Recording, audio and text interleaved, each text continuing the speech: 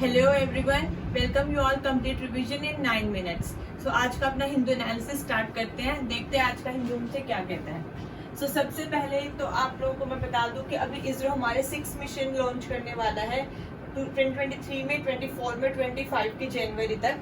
सो मैंने all 6 mission की जो है आपको लिस्ट यहाँ पे बना दी है और साथ ही में एक एक करके उनको हम देख लेंगे उनके बारे में कि वो किस तरीके से क्या क्या रहेंगे हमारे। सबसे पहले तो आपको बता दूं, हिंदू के फ्रंट पेज पे ये न्यूज थी कि चंद्रयान 3 का जो लैंडिंग पॉइंट है, जहां हमारे लैंडर ने लैंड किया है, वो जो पॉइंट होगा सबसे पहला पॉइंट, उसको हमारे पीएम ने नाम दिया शिव शक्ति। और जो चंद्रयान 2 का लैंडिंग पॉइंट था उसको नाम दिया था तिरंगा का। ठीक है, सो इनका नाम है शिव शक्ति और उनका नाम था तिरंगा। और उसके बाद हम देखते हैं हमारा जो इसरो है वो लॉन्च करेगा आदित्य L1 3 सितंबर को। ठीक है, अब आदित्य L1 क्या है, किस तरीके से वर्क करेगा, वो हम अभी डिस्क्रिप्शन देखेंगे। एक बार हम सबके 6 मिशंस के नाम देख लेते हैं और ये वीडियो आप आगे के लिए भी सेव करके रख लेना, क्योंकि इसमें ये जो इतना पोर्शन है हमारा पूरा साइंस एंड टेक का ही है, जिसमें हमारे इसरो फर्दर मिशंस को जो भी लॉन्च करने वाला है। तो ये काफी, आज की जो वीडियो वो काफी इंपॉर्टेंट रहेगी आप सभी के लिए। अब इसको कभी भी बाद में भी देखोगे टिल 2025 तक, जब तक ये हमारे मिशंस लॉन्च होंगे, तो उसका जो पूरा स्टैटिक पोर्शन है वो यही सेम ही रहेगा। थोड़ा बहुत माइनर चेंज होगा तो वो हम उसको वीडियोस में फर्दर अपडेट कर देंगे। देन इसरो जो है लॉन्च करेगा आदित्य L1 जो सूर्य के लिए होगा 3 सितंबर को। मंगलयान 2 लॉन्च करेंगे जो कि होगा हमारा 2nd मार्स मिशन। देन हम गगनयान 3 लॉन्च करेंगे जो कि इंडिया का फर्स्ट मैन मिशन होगा। ठीक है, गगनयान हमारे इंडिया का फर्स्ट मैन मिशन रहेगा, जिसमें हमारे 3 एस्ट्रोनॉट्स जाएंगे, उसके बारे में भी हम देखते हैं। देन निसार क्या है, एक आपका, अब उसको एक व्हीकल कह लो, एक सैटेलाइट की फॉर्म में है बेसिकली वो, जिसमें नासा और इसरो ने मिलके, नासा एंड इसरो सार ने मिलकर वर्क किया है। ये इस तरीके से आपको दिखाई देगा, ये ऊपर से इस तरीके से, ये ऊपर से जो है ना अर्थ की इमेज कैप्चर करेगा। जैसे ये अर्थ है तो उसके अराउंड रिवॉल्व करके हाई क्वालिटी इमेज जो है ये सैटेलाइट जो है कैप्चर करेगी, दैट इज निसार। देन हमारा शुक्रयान होगा, शुक्रयान 1, क्योंकि वीनस पे हम लोग अभी तक गए नहीं, तो उसके लिए शुक्रयान 1 फॉर वीनस। और चंद्रयान 4 हम करेंगे जिसका नाम ल्यूपेक्स है, जो इंडिया एंड जापान, इंडिया के इसरो एंड जापान की जो जेक्सा है स्पेस एजेंसी, वो मिलकर करेंगे चंद्रयान 4। देन सो ऑन हम देखते हैं चंद्रयान 5 एंड 6 के बारे में भी देखेंगे आगे जाकर किस तरीके से वो लॉन्च करते हैं। बट अभी के लिए जो इसरो ने ऑफिशियली बोला है वो ये हमारे 6 मिशंस हैं। सो आप लोग इनको नोट डाउन कर लीजिए या स्क्रीनशॉट ले लीजिए। देन उसके बाद हम देखते हैं हमारा आदित्य जो L1 है वो किस तरीके से वर्क करेगा और इसका नाम L1 क्यों है। देखो, जो आदित्य L1 है, L मींस लैग्रेंजे पॉइंट्स, तो मैंने एक पिक्चर बना दिया आपके लिए। ये हमारी अर्थ है, दिस इज सन। ठीक है, और अर्थ के रिवॉल्व जो है, अर्थ के जो अराउंड है मून रिवॉल्व करता है, ये हमारा मून है। तो जो हमारा आदित्य L1 है, L1 इसमें ये लैग्रेंजे पॉइंट है, यहाँ पे हम अपने आदित्य को प्लेस करेंगे जो कॉन्टिन्यूअसली सन की स्टडी करता रहेगा इस तरीके से। अब आप लोग सोच रहे होंगे हमारे पास लैग्रेंजे पॉइंट तो 5 है, this is L1, L2, L3, ये सब हॉरिजॉन्टल है 3, और L4 और 5 इस तरीके से आपके।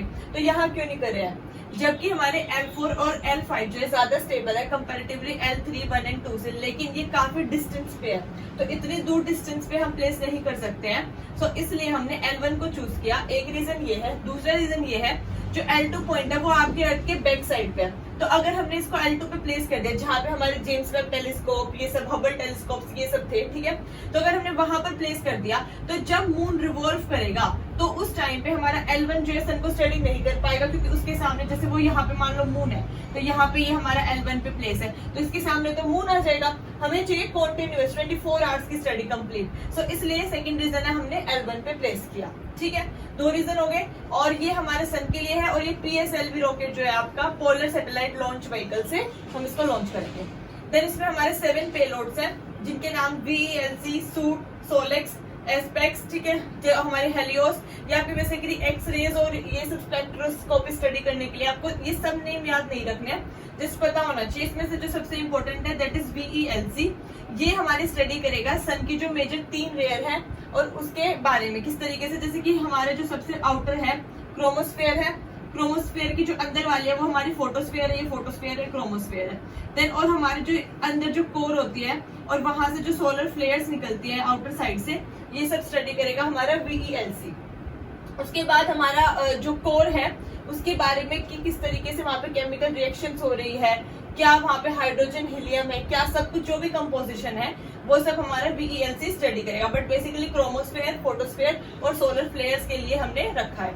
देन हमारा सेकंड इसी में एक्सप्लेन करें मैं आपको गगनयान। क्योंकि जो मंगलयान है हमारा सेकंड मार्स मिशन, उसके लिए अभी जो हमारे इसरो है उसने बैक डेटा, मतलब जो ऑफिशियली किस तरीके से कौन लॉन्च करेगा ये सब रिलीज नहीं किया है। तो उसके बाद हमारा गगनयान है। गगनयान में देखो इन्होंने हमें बताया है कि ये हमारा मान लो रॉकेट है, इसमें जो ऊपर है आप में इसमें 2 मॉड्यूल्स होंगे, एक क्रू मॉड्यूल है, एक सर्विस मॉड्यूल है। क्रू मॉड्यूल आप नाम से पता कर सकते हैं, क्रू जिसमें क्रू बैठे होंगे। तो हमारे 3 एस्ट्रोनॉट्स हैं, इनकी ऑलमोस्ट ट्रेनिंग भी कंप्लीट हो चुकी है, ये रशिया से बाहर से और ट्रेनिंग अपनी कंप्लीट करके आए हैं। और सर्विस मॉड्यूल जिसमें आपके वैसे पार्ट्स वगैरह होंगे जिनको ये वहां से गवर्न करेंगे, मतलब इंपॉर्टेंट एसेंशियल जो पार्ट्स होंगे। देन ये यहाँ पे ऊपर अटैच होंगे, ये हमारा श्री हरिकोटा से लॉन्च होगा। इसमें क्या होगा 16 मिनट में ये अर्थ के लो ऑर्बिट में पहुंच जाएगा, दैट इज आउटर स्पेस के मतलब एज पे। और अब ये वर्क कैसे करेगा, देखो ये मैंने डायग्राम से दिखा दिया। ये हमारा सर्विस मॉड्यूल है, ये हमारा क्रू मॉड्यूल है।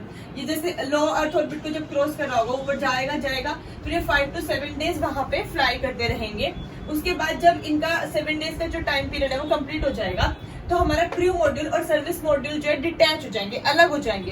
क्योंकि जो सर्विस मॉड्यूल है वो तो चला जाएगा, वहीं पर ही खत्म हो जाएगा, ठीक है। लेकिन जो क्रू मॉड्यूल है वो धीरे धीरे, उसमें पैराशूट है, वो धीरे धीरे हमारा ओशन में आके गिर जाएगा। तो अगर हम इस तरीके से कर लेते हैं इंडियन ओशन में आके, तो हम जो है 4th कंट्री बन जाएंगे after US, Russia and China, जिन्होंने इस तरीके से इसको अचीव किया। आई थिंक जापान भी है, बट आप चेक कर लेना एक बार, हम 4th कंट्री बन जाएंगे। देन हमारा शुक्रयान मिशन है जो वीनस के लिए है। ये क्या होगा, वीनस को 4 साल के लिए स्टडी करेगा, इसलिए हम वीनस के लिए इसको लॉन्च करेंगे। देन हमारा चंद्रयान 4, ठीक है, और जो मैंने आपको इधर बता भी रही थी, ल्यूपेक्स इसका नाम, और ये इंडिया एंड जापान मिलके लॉन्च करेंगे, जिसमें जो इंडिया है उनका तो लैंडर होगा, मतलब हमारा लैंडर है, लेकिन जापान जो है वो अपना रॉकेट और रोवर प्रोवाइड करवाएंगे हमें। देन ये हमारे मिशन कंप्लीट होते हैं। इसके बाद हमारा नेक्स्ट जो न्यूज थी वो थी कि ADB, that is Asian development bank जो है, उन्होंने क्लाइमेट चेंज और हेल्थ केयर सेंटर के ऊपर दिल्ली में एक सेंटर स्टेब्लिश करने की बात की है।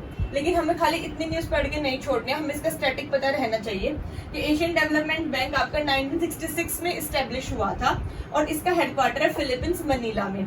और इसमें आपके जब ये स्टैब्लिश हुआ था तब 68 मेंबर थे, जिसमें से इंडिया इसका एक फाउंडिंग मेंबर था। ये बात आप याद रखना कि इंडिया इसका एक फाउंडिंग मेंबर था एशियन डेवलपमेंट बैंक का। अभी इसमें मोर देन 80 मेंबर थे, जिसमें से आपके मिनिमम 49 तो एशिया से है और बाकी बाहर से है। और इसका हेडक्वार्टर है फिलीपींस में, और जिसके मेजर शेयर होल्डर्स है these were Japan, US, Russia, India, Australia. Japan and US का अराउंड 15% शेयर होल्डिंग्स है एंड इंडिया का 3 to 4% है। इसी पे यूपीएससी ने हमसे क्वेश्चन भी पूछा था, उन्होंने कहा था कि जो आपको एशियन डेवलपमेंट बैंक है क्या उसमें खाली एशियन कंट्रीज ही हैं, ठीक है, तो वो स्टेटमेंट गलत होती है। नहीं, इसमें 49 एशियन कंट्रीज है और बाकी बाहर की है। नेक्स्ट है कि जो पीएमजेडीवाई योजना है, मतलब प्रधानमंत्री जन धन योजना है, उन्होंने 50 करोड़ अकाउंट्स जो है ऑलमोस्ट ओपन कर चुके हैं वो, और इनफैक्ट ये आंकड़ा क्रॉस ही कर चुके हैं। तो हमें सिर्फ योजना को ऐसे पढ़ के नहीं छोड़ना, हमें इसका बैकग्राउंड पता होना चाहिए कि इस योजना में बोला क्या गया है। तो जो प्रधानमंत्री जन धन योजना है वो हमारे फाइनेंशियल सर्विस के रिगार्डिंग बात करती है। इसका एम है to ensure financial inclusion. Financial inclusion का मतलब क्या है, अगर एक रूरल है और एक अर्बन है तो दोनों को इक्वल बेनिफिट मिलने चाहिए, ये अपने स्टार्टअप को, बिजनेस को, अपने डेली बेसिक नीड्स को मीट कर सके, ठीक है, और फाइनेंशियली स्टेबल कर सके खुद को। ऐसा नहीं है कि अर्बन वाला तो कर पा रहा है लेकिन रूरल, क्योंकि वो रूरल में रहता है इसलिए वो नहीं कर पा रहा है। सो इनको हम equal financial inclusion facilities provide करेंगे, ठीक है। इसी में हमारे फर्दर देखिए कि इसके एम्स क्या थे कि बैंकिंग द अनबैंक। बेसिकली एक कॉमन मैन जो है बैंक में जाने से इसलिए कतराता है क्योंकि उसको लगता है इतना सारा फाइल वर्क करना पड़ेगा, पेपर वर्क करना पड़ेगा। तो इसमें यही बोला है प्रधानमंत्री जन धन योजना में कि आपको इसमें मिनिमल सा बैंक जो है पेपर वर्क करना है, रेस्ट नहीं करना है आपको। So banking the unbanked, KYC, know your customer जो है वो इजी कर देंगे प्रोसेस को। देन फंडिंग द अनफंडिंग, अब जिसके पास फंड्स नहीं है लेकिन वो कुछ ग्रीन एनर्जी से रिलेटेड या कोई भी स्टार्टअप करना चाहता है, खुद को फाइनेंशियली स्टेबल करना चाहता है, सो उनको फंड प्रोवाइड किया जाएगा। डिजिटल आधार दिया जाएगा। एनसीएफई, एनसीएफएल मतलब ये आपके सेंट्रल फाइनेंशियल लिटरेसी, इन सब की ये अदर इनिशिएटिव्स मैंने मेंशन कर दिए थे जो इस योजना से आप प्रेरित होके हमारी गवर्नमेंट ने और लॉन्च किए हुए हैं, ठीक है। देन हमारा डायरेक्ट बेनिफिट ट्रांसफर होगा, इसमें अमाउंट का जो है अकाउंट्स में, इसमें कोई आपका बीच में मीडिएटर नहीं रहेगा, इसमें डायरेक्ट गवर्नमेंट से जो पर्सन है उसके अकाउंट में पैसा आएगा। सो ये डायरेक्ट बेनिफिट ट्रांसफर स्कीम है। नेक्स्ट हम देखते हैं 40% ड्यूटी जो है ऑनियंस पे एक्सपोर्ट्स पे इंक्रीज कर दी गई है। तो ऐसा क्यों हुआ? तो अब खुद ही एक मतलब इमेजिन करिए कि अगर सरकार ड्यूटी जो है एक्सपोर्ट्स पे बढ़ा रही है, इट मीन सरकार नहीं चाहती कि अनियन बाहर जाए, क्योंकि महंगे कर दिए उन्होंने एक्सपोर्ट्स। और वैसा कब नहीं चाहेगी? जब हमारे कंट्री की खुद की ही खपत जो है उसको उनको मैच करना होगा, क्योंकि वो अभी मिसमैच है। तो डिमांड एंड सप्लाई, अगर ये डिमांड है तो इतनी ही सप्लाई होनी चाहिए। तो पहले हम खुद की कंट्री की पॉपुलेशन की खपत को मैच कर ले, उसके बाद ही तो हम एक्सपोर्ट कर पाएंगे। तो इसलिए गवर्नमेंट ने एक्सपोर्ट्स पे ड्यूटी बढ़ा दी है, ठीक है। और सबसे अनियन के बारे में हम कुछ फैक्ट जान लेते हैं कि सबसे ज्यादा जो हमारी कंट्री में अनियन प्रोड्यूस होते हैं वो होते हैं महाराष्ट्र में, मतलब सदर्न स्टेट्स है उसमें भी महाराष्ट्र है। सेकंड नंबर इंडिया जो है लार्जेस्ट प्रोड्यूसर है अनियन का। ओके, नाउ नेक्स्ट, और एक चीज और, अनियन जो है आप किसी भी सॉइल में ग्रो कर सकते हैं, क्लेले सॉइल, लोमी सॉइल, क्योंकि आप देख सकते हैं सदर्न स्टेट्स में जो भी आपके सॉइल्स है उसमें अनियन जो है इजिली ग्रो हो जाते हैं। नॉर्दर्न पार्ट में थोड़ा यूपी और बिहार के रीजन में भी होते हैं, बट मोस्टली आपके महाराष्ट्र, तेलंगाना, आंध्र प्रदेश इन स्टेट्स में होते हैं। देन हमारी आज की लास्ट न्यूज है, दैट इज कि हमारा जो इंटरनेशनल स्पेस स्टेशन है जो कि 400 किलोमीटर ऊपर है अर्थ सरफेस से, ठीक है, वहां पे नासा जो है अपने 4 पर्सन या 4 एस्ट्रोनॉट्स भेज रहे हैं, जो कि स्पेसएक्स जो है आपको बताइए है, स्पेसएक्स कंपनी के थ्रू रॉकेट में वो लोग जाएंगे और वहां पे वो 6 मंथ्स के लिए रहेंगे और ऑब्जर्व करेंगे कि वहां से अर्थ पे माइक्रो ऑर्गेनिजम्स या अर्थ पे जो भी आपके क्लाइमेट वेदर फिनोमिनन्स हैं, केमिकल रिएक्शंस हैं, ऑर्गेनिजम्स हैं, ये सबको वो 6 मंथ्स के लिए वहां से बैठकर ऑब्जर्व करेंगे। सो इसी के साथ हमारा आज का हिंदू एनालिसिस खत्म होता है। बहुत मेहनत लगती है ये सब कंटेंट पहले खुद न्यूज़पेपर पढ़ के एनालाइज करके प्रिपेयर करने में। तो अगर आपको ये वीडियो थोड़ी भी इंफॉर्मेटिव लगी हो then please like, share and subscribe the channel. Thank you so much. जय हिंद।